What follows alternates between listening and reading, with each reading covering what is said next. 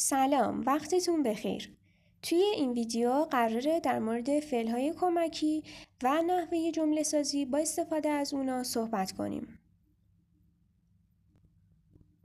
فعل کمکی کنن به معنی توانستن. ولن به معنی خواستن. دوفن اجازه داشتن. موگن دوست داشتن.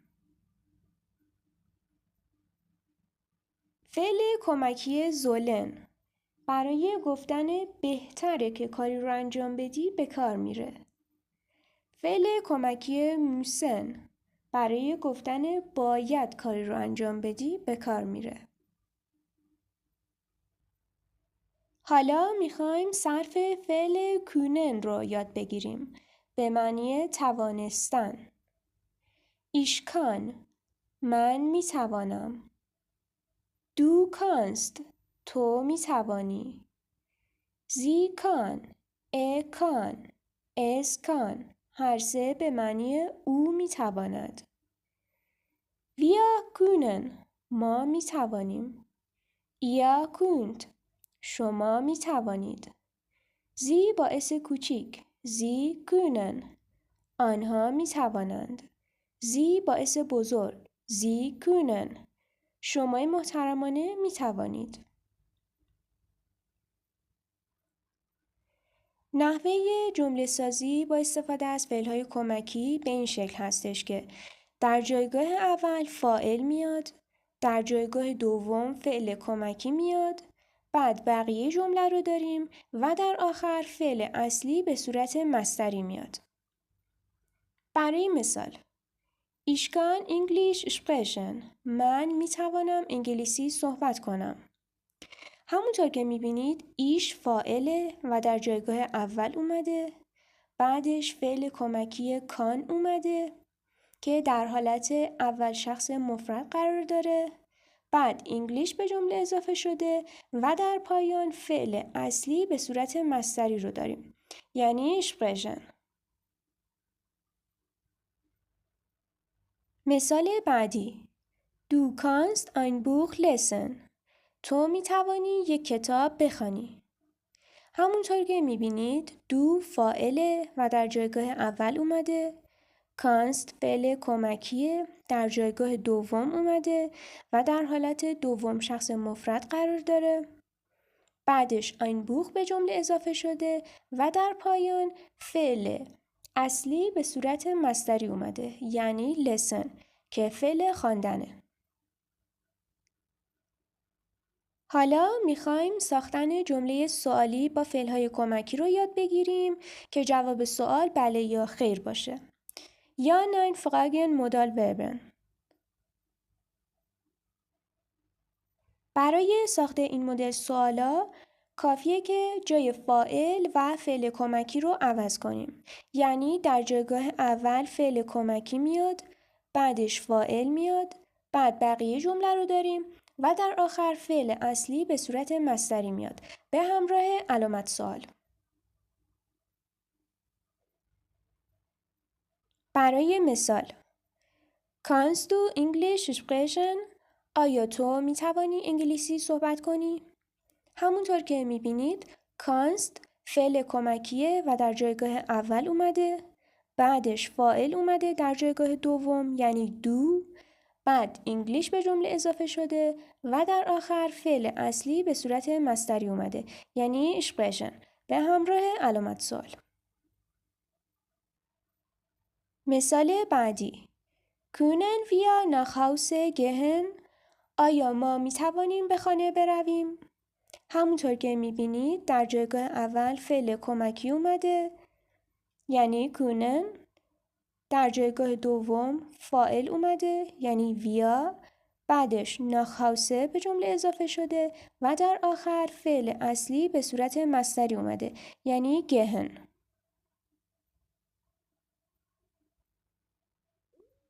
مثال بعدی Kann ich einen Tee trinken? آیا من میتوانم یک چای بنوشم؟ همونطور که میبینید در جایگاه اول فعل کمکی اومده یعنی کان، بعدش فاعل اومده در جایگاه دوم یعنی ایش، بعد از اون آیننتی به جمله اضافه شده و در آخر فعل اصلی به صورت مصدری اومده یعنی ترینکن که فعل نوشیدن هستش به همراه علامت سوال. حالا میخوایم ساخت جمله سوالی با فعلهای کمکی رو یاد بگیریم که جواب سوال بله یا خیر نباشه. ساخت این مدل سوالا به این شکل هستش که در جایگاه اول وفقاگه میاد یعنی یکی از اون 12 تا کلمه پرسشی، در جایگاه دوم فعل کمکی میاد، بعدش بقیه جمله رو داریم و در آخر فعل اصلی به صورت مصدری میاد به همراه علامت سوال. برای مثال وو کونن ویا گهن، کجا می توانیم برویم؟ وو وفقاگه هستش و در جایگاه اول اومده، کونن فعل کمکیه در جایگاه دوم اومده، بعدش ویا به جمله اضافه شده و در آخر فعل اصلی به صورت مصدری رو داریم یعنی گهن به همراه علامت سوال. مثال بعدی وان کونن زی کومن، شما چه موقع می توانید بیایید؟ همونطور که می بینید در جایگاه اول وان اومده که وفقاگه هستش، در جایگاه دوم فعل کمکی اومده یعنی کونن، بعدش زی به جمله اضافه شده و در آخر فعل اصلی به صورت مصدری اومده یعنی کومن به همراه علامت سوال. مثال بعدی ووهین کونن زی قایسن، شما به کجا می توانید سفر کنید؟ همونطور که می بینید در جایگاه اول وفقاگه اومده یعنی ووهین به معنی به کجا، در جایگاه دوم فعل کمکی اومده یعنی کونن، بعدش زی به جمله اضافه شده و در آخر فعل اصلی به صورت مصدری اومده یعنی قایسن به همراه علامت سوال. حالا میخوایم صرف فعل ولن رو یاد بگیریم به معنی خواستن. ایشویل من میخواهم، دو ویلست تو میخواهی، زی ویل ویل اس ویل هر سه به معنی او میخواهد.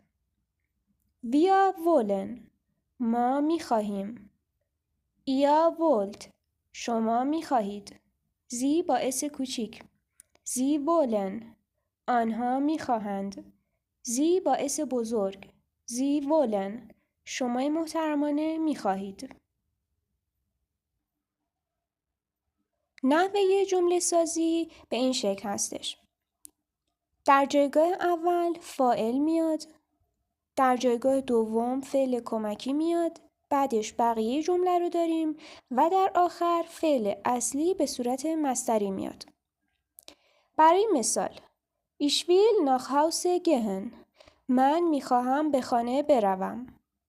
همونطور که میبینید در جایگاه اول فاعل اومده یعنی ایش، در جایگاه دوم فعل کمکی اومده ویل، بعدش ناخ هاوسه به جمله اضافه شده و در آخر فعل اصلی به صورت مصدری اومده یعنی گهن.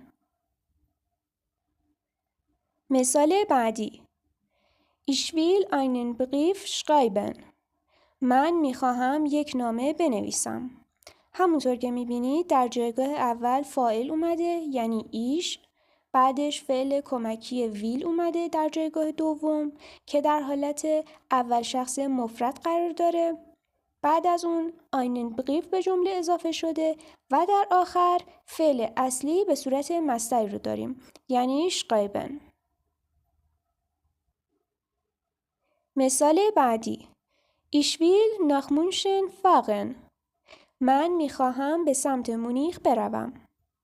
همونطور که میبینید در جایگاه اول فاعل اومده یعنی ایش، در جایگاه دوم فعل کمکی ویل رو داریم که در حالت اول شخص مفرد قرار داره، بعدش ناخمونشن به جمله اضافه شده و در آخر فعل اصلی به صورت مصدری اومده، یعنی فاقن. حالا میریم سراغ یا ناین فراگن مودال وربن، ساختن جمله سوالی که جواب سوال بله یا خیر باشه. برای ساخت این مدل سوالات کافیه جای فاعل و فعل کمکی رو عوض کنیم. یعنی به این شکل که در جایگاه اول فعل کمکی میاد، در جایگاه دوم فاعل میاد، بعدش بقیه جمله رو داریم و در آخر فعل اصلی به صورت مصدری میاد به همراه علامت سوال. برای مثال ویلست دو ناخ هاوس گهن، آیا تو میخواهی به خانه بروی؟ همونطور که میبینید در جایگاه اول فعل کمکی اومده، یعنی ویلست که در حالت دوم شخص مفرد قرار داره. در جایگاه دوم فاعل اومده، یعنی دو، بعدش ناخ هاوسه به جمله اضافه شده و در آخر فعل اصلی به صورت مصدری رو داریم، یعنی گهن به همراه علامت سوال. مثال بعدی Wollen Sie einen Brief schreiben؟ آیا شما می‌خواهید یک نامه بنویسید؟ همونطور که می‌بینید در جایگاه اول فعل کمکی اومده، یعنی wollen که در حالت سوم شخص جمع قرار داره. در جایگاه دوم فاعل اومده، یعنی زی، بعدش einen Brief به جمله اضافه شده و در آخر فعل اصلی رو داریم به صورت مصدری، یعنی schreiben به همراه علامت سوال. مثال بعدی Willst du nach München fahren؟ آیا تو میخواهی به مونیخ بروی؟ همونطور که میبینید در جایگاه اول فعل کمکی اومده، یعنی ویلست که در حالت دوم شخص مفرد قرار داره. در جایگاه دوم فاعل اومده، یعنی دو، بعدش ناخمونشن رو داریم و در آخر فعل اصلی به صورت مصدری اومده، یعنی فاقن به همراه علامت سوال. حالا میخوایم ساخت جمله سوالی رو یاد بگیریم که جوابش بله یا خیر نباشه. ساخت این مدل سوالات به این شکل هستش. در جایگاه اول وفقاگه میاد، یعنی یکی از اون 12 تا کلمه پرسشی. در جایگاه دوم فعل کمکی میاد، بعدش بقیه جمله رو داریم و در آخر فعل اصلی به صورت مصدری میاد به همراه علامت سوال.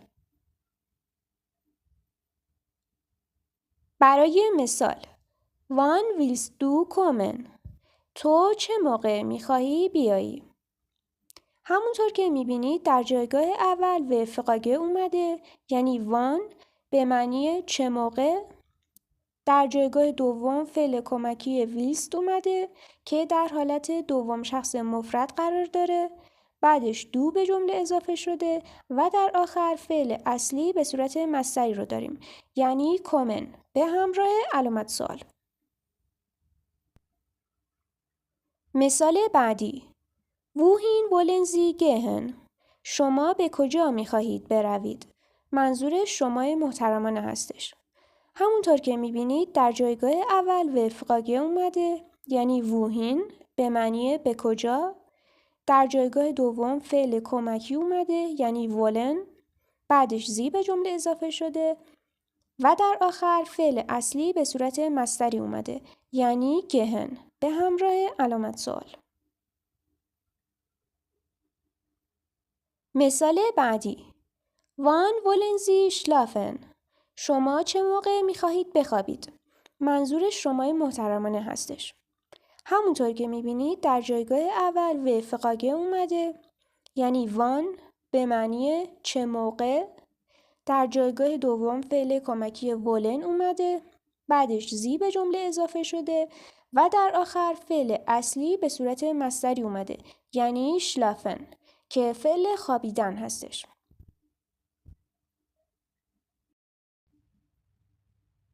حالا میخوایم صرف فعل بعدی رو یاد بگیریم. دوفن به معنی اجازه داشتن. Ich darf. من اجازه دارم. Du darfst. تو اجازه داری. Sie darf. darf. Es darf. هر سه به معنی او اجازه دارد. Wir dürfen. ما اجازه داریم. Ihr dürft. شما اجازه دارید. Sie باعث کوچیک. Sie dürfen. آنها اجازه دارند. Sie باعث بزرگ. Sie dürfen. شما محترمانه اجازه دارید. جمله سازی با این فعل کمکی هم به این صورته که در جایگاه اول فاعل میاد، در جایگاه دوم فعل کمکی میاد، بعدش بقیه جمله رو داریم و در آخر فعل اصلی به صورت مصدری میاد. برای مثال Du darfst hier schlafen. تو اجازه داری اینجا بخوابی. در جایگاه اول فاعل اومده یعنی دو. در جایگاه دوم فعل کمکی اومده darfst که در حالت دوم شخص مفرد قرار داره. بعدش hier به جمله اضافه شده و در آخر فعل اصلی به صورت مصدری اومده یعنی schlafen که فعل خوابیدنه. مثال بعدی Wir dürfen nach Hause gehen. ما اجازه داریم به خانه برویم. همونطور که میبینید در جایگاه اول فاعل اومده یعنی wir.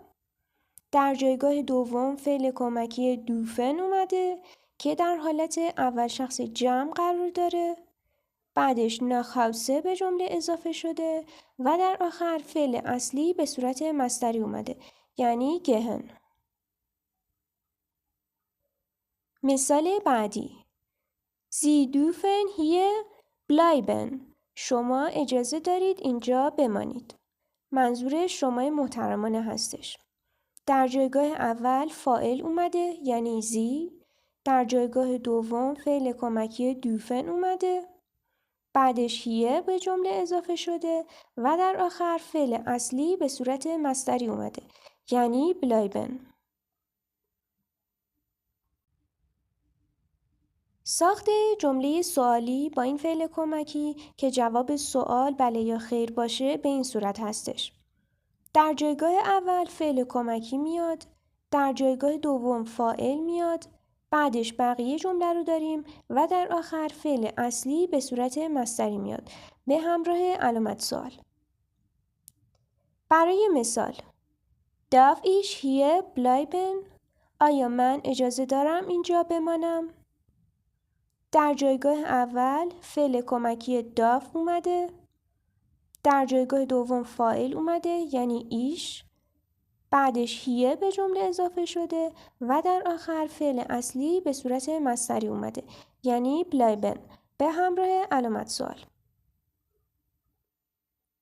مثال بعدی Darfst du etwas essen؟ آیا تو اجازه داری چیزی بخوری؟ در جایگاه اول فعل کمکی دافست اومده که در حالت دوم شخص مفرد قرار داره. در جایگاه دوم فاعل اومده یعنی دو. بعدش اتواز به جمله اضافه شده و در آخر فعل اصلی به صورت مصدری اومده یعنی اسن به همراه علامت سوال.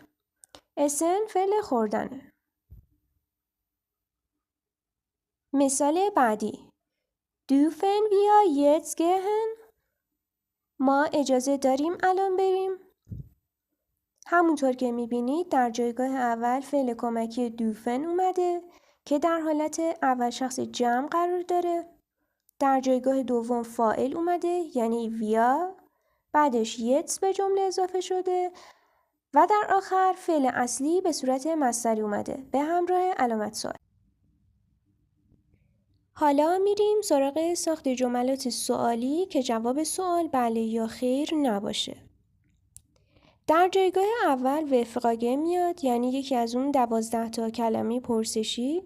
در جایگاه دوم فعل کمکی میاد، بعدش بقیه جمله رو داریم و در آخر فعل اصلی به صورت مصدری میاد به همراه علامت سوال. برای مثال Wann darf ich gehen؟ چه موقع من اجازه دارم برم. همونطور که میبینید در جایگاه اول وفقاگه اومده یعنی وان به معنی چه موقع. در جایگاه دوم فعل کمکی داف اومده، بعدش ایش به جمله اضافه شده و در آخر فعل اصلی به صورت مصدری اومده یعنی گهن به همراه علامت سوال. مثال بعدی ووهین دوفن ویا گهن، به کجا اجازه داریم بریم. در جایگاه اول وفقاگه اومده یعنی ووهین به معنی به کجا. در جایگاه دوم فعل کمکی دوفن اومده، بعدش ویا به جمله اضافه شده و در آخر فعل اصلی به صورت مصدری اومده یعنی گهن به همراه علامت سوال. حالا میخوایم صرف فعل کمکی موگن رو یاد بگیریم به معنی دوست داشتن.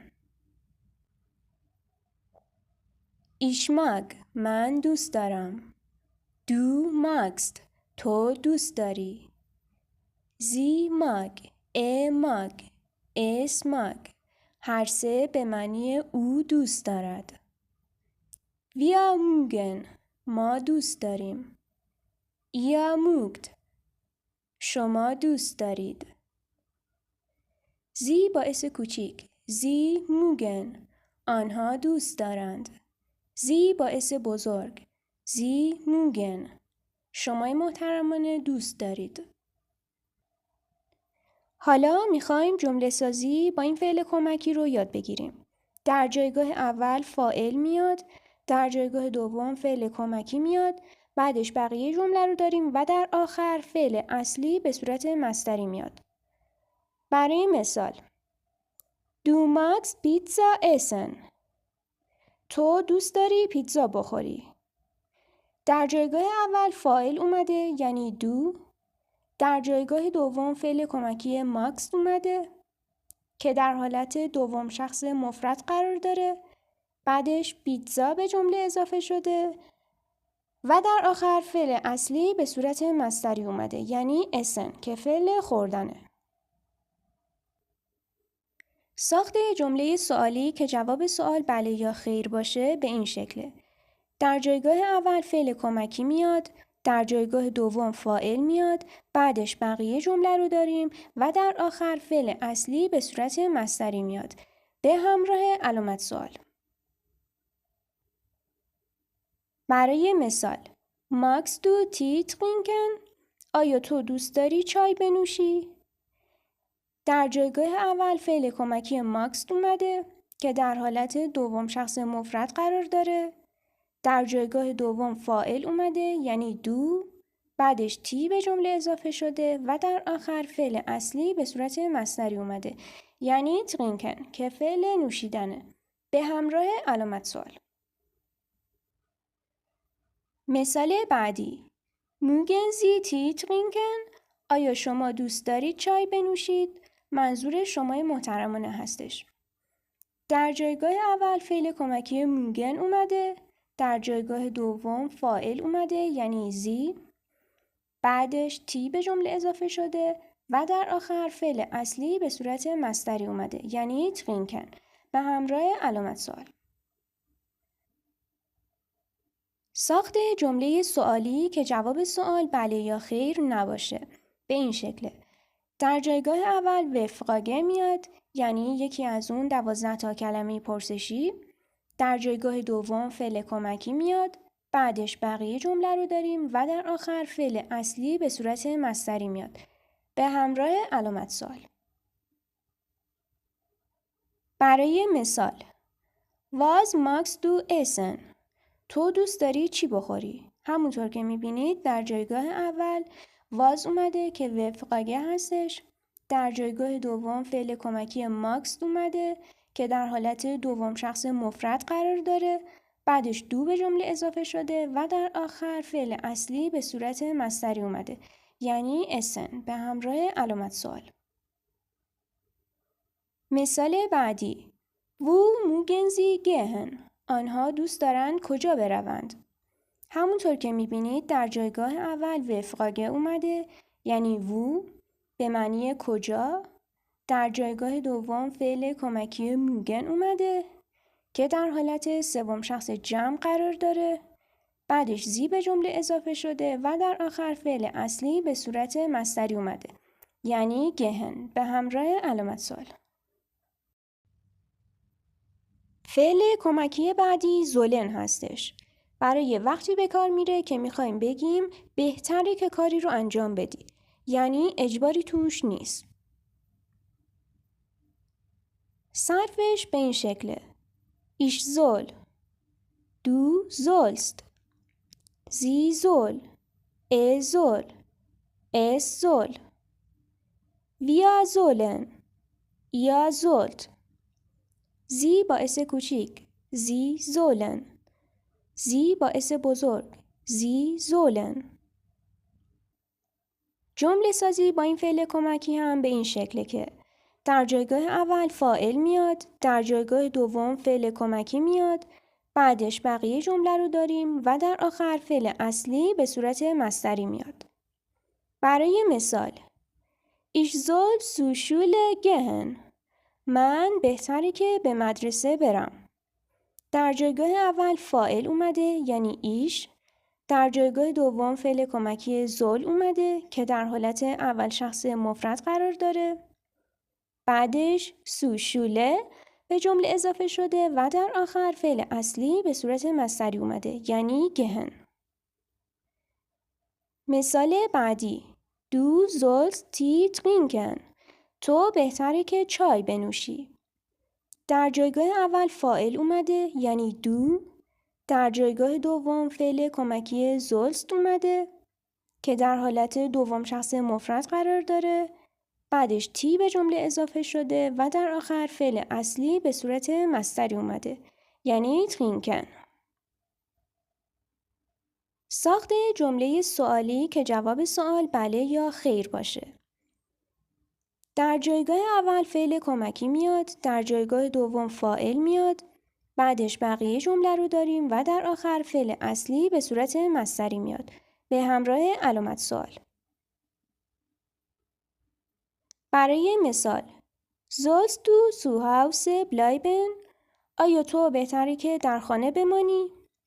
در جایگاه اول فعل کمکی sollst اومده که در حالت دوم شخص مفرد قرار داره. در جایگاه دوم فاعل اومده یعنی دو. بعدش zu Hause به جمله اضافه شده و در آخر فعل اصلی به صورت مصدری اومده یعنی bleiben به همراه علامت سوال. bleiben فعل ماندنه. ساخت جمله سوالی که جواب سوال بله یا خیر نباشه. در جایگاه اول وفقاگه میاد یعنی یکی از اون 12 تا کلمه پرسشی. در جایگاه دوم فعل کمکی میاد، بعدش بقیه جمله رو داریم و در آخر فعل اصلی به صورت مصدری میاد به همراه علامت سوال. برای مثال Was soll ich essen؟ من بهتره که چی بخورم؟ در جایگاه اول وفقاگه اومده یعنی واز. در جایگاه دوم فعل کمکی زول اومده که در حالت اول شخص مفرد قرار داره. بعدش ایش به جمله اضافه شده و در آخر فعل اصلی به صورت مصدری اومده یعنی اسن به همراه علامت سوال. فعل کمکی بعدی موسن هستش. برای وقتی به کار میره که میخوایم بگیم باید کاری رو انجام بدی. صرفش به این شکل هستش. Ich muss. Du musst. Sie muss. Er muss. Es muss. Wir müssen. Ihr müsst. Sie باعث کوچیک. Sie müssen. Sie باعث بزرگ. Sie müssen. جمله سازی با این فعل کمکی به این شکله. در جایگاه اول فاعل میاد، در جایگاه دوم فعل کمکی میاد، بعدش بقیه جمله رو داریم و در آخر فعل اصلی به صورت مصدری میاد. برای مثال Ich muss zu Hause gehen. من باید به خانه بروم. در جایگاه اول فاعل اومده یعنی ایش. در جایگاه دوم فعل کمکی موس اومده که در حالت اول شخص مفرد قرار داره. بعدش سوهاوسه به جمله اضافه شده و در آخر فعل اصلی به صورت مصدری اومده یعنی گهن. ساخت جمله سوالی که جواب سوال بله یا خیر باشه. در جایگاه اول فعل کمکی میاد، در جایگاه دوم فاعل میاد، بعدش بقیه جمله رو داریم و در آخر فعل اصلی به صورت مصدری میاد به همراه علامت سوال. برای مثال muss ich Deutsch lernen؟ آیا من باید آلمانی یاد بگیرم؟ در جایگاه اول فعل کمکی موس اومده که در حالت اول شخص مفرد قرار داره. در جایگاه دوم فاعل اومده. بعدش دوچ به جمله اضافه شده و در آخر فعل اصلی به صورت مصدری اومده یعنی لرنن به همراه علامت سوال. ساخت جمله سوالی که جواب سوال بله یا خیر نباشه. در جایگاه اول وفقاگه میاد یعنی یکی از اون 12 تا کلمه پرسشی. در جایگاه دوم فعل کمکی میاد، بعدش بقیه جمله رو داریم و در آخر فعل اصلی به صورت مصدری میاد. برای مثال Warum müssen wir Deutsch lernen؟ چرا ما باید آلمانی یاد بگیریم؟ در جایگاه اول وفقاگه اومده یعنی واقوم به معنی چرا. در جایگاه دوم فعل کمکی موسن اومده که در حالت اول شخص جمع قرار داره. بعدش ویا دوچ به جمله اضافه شده و در آخر فعل اصلی به صورت مصدری اومده یعنی لرنن به همراه علامت سوال.